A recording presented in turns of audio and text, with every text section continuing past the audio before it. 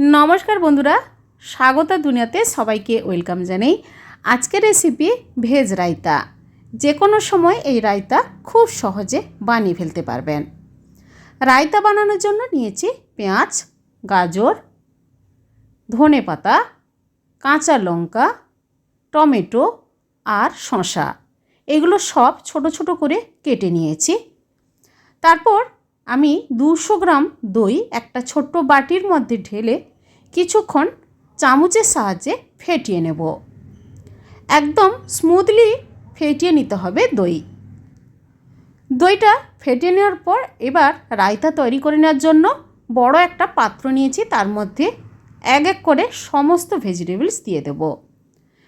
শসা, গাজর, আর দেব কাঁচা লঙ্কা,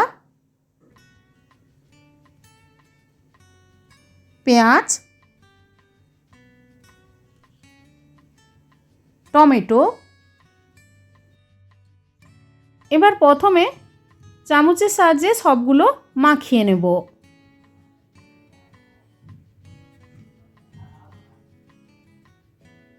তারপর ফেটিয়ে রাখা দই দিয়ে দেব। দইয়ের সঙ্গে সবগুলো ভেজিটেবলস মাখিয়ে নেব।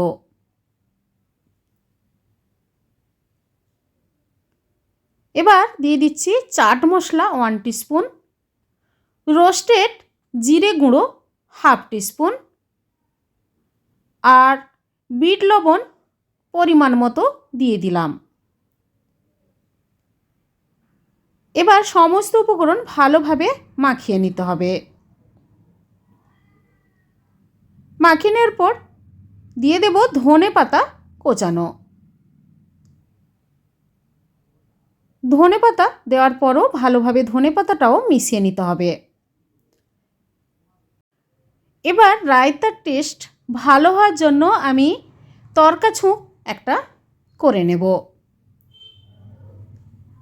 তেল, সর্ষে তেল, কালো সর্ষে আর 2টো শুকনো লঙ্কা ফাটিয়ে দিলাম আর কিছু কারি পাতা।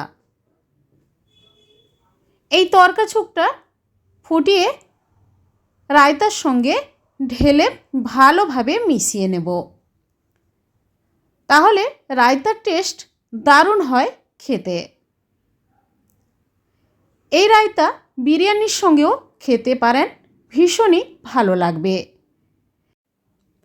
এবার সার্ভ করে নেব রায়তা।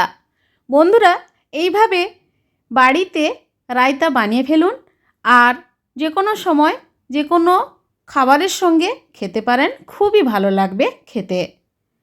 আজকের এই রেসিপি আপনাদের কেমন লেগেছে বন্ধুরা কমেন্ট করে অবশ্যই জানাবেন, লাইক করবেন আর আমার চ্যানেলটি বন্ধুরা সাবস্ক্রাইব করে নেবেন।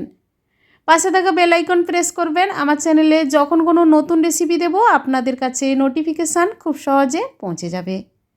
আজ এই পর্যন্ত, আবার হাজির হয়ে যাব যে কোনো সময়। সবাই ভালো থাকুন, সুস্থ থাকুন।